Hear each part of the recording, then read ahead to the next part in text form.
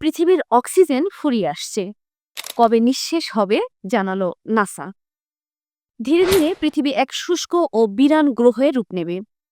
এমন এক সময় আসবে যখন পৃথিবীতে শ্বাস নেওয়া যাবে না, গাছপালা থাকবে না, প্রাণের অস্তিত্বও থাকবে না। পৃথিবী পরিণত হবে এক শুষ্ক মৃত গ্রহে। শুনতে বৈজ্ঞানিক কল্পকাহিনী মনে হলেও এই ভয়াবহ চিত্র এঁকেছেন মার্কিন মহাকাশ সংস্থা নাসার বিজ্ঞানীরা।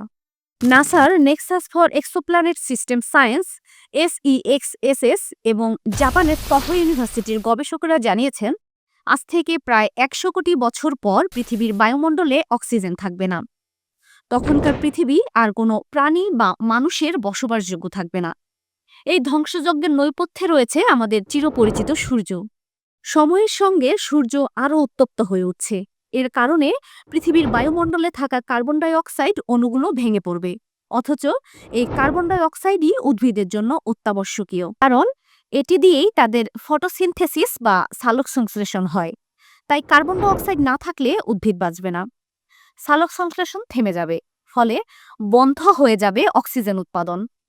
এই এক ঘটনার মধ্য দিয়েই ধ্বংসের চক্র শুরু হবে।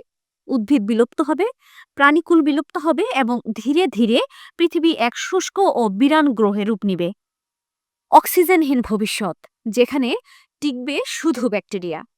পৃথিবীর বায়ুমণ্ডল কিভাবে ও কখন অক্সিজেনহীন হয়ে উঠবে তা নিয়ে বড় পরিসরের পরীক্ষা নিরীক্ষা করেন গবেষক কাজুমি ওজাকি তোহো ইউনিভার্সিটি ও Christopher Reinhard Georgia University of Technology. তাদের হিসাব অনুযায়ী ১০০ কোটি বছরের মধ্যে পৃথিবী থেকে অক্সিজেন একেবারে উধাও হয়ে যাবে।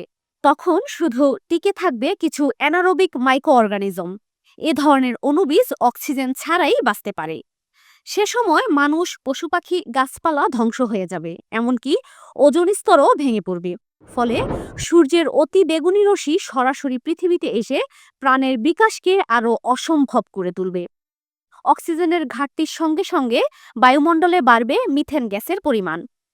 মিথেন নিজেই একটি শক্তিশালী গ্রিনহাউস গ্যাস এবং এটি পরিবেশকে আরও বিষাক্ত করে তুলবে। এই অবস্থায় পৃথিবীর বাতাস শুধু অক্সিজেনহীনই নয়, মানুষের জন্য প্রাণঘাতী হয়ে উঠবে। এ ঘটনা ১০০ কোটি বছর পর হলেও তার ইঙ্গিত বা লক্ষণ হয়তো হাজার হাজার বছর আগেই দেখা যাবে। এই গবেষণার সবচেয়ে বড় বার্তা হলো, পৃথিবী চিরকাল বসবাসযোগ্য নয়। এটি আমাদের শেখায় যে কোনো গ্রহই চিরন্তন নয় এবং বেঁচে থাকার জন্য যে সূক্ষ্ম ভারসাম্য প্রয়োজন তা ভঙ্গুর এবং অস্থায়ী।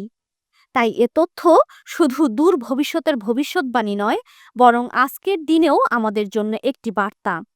আমাদের গ্রহের ওপর দায়িত্বশীলতা, প্রকৃতির প্রতি শ্রদ্ধাবোধ এবং দীর্ঘমেয়াদী পরিবেশ সচেতনতাই ভবিষ্যৎ প্রজন্মের জন্য উপহার হতে পারে।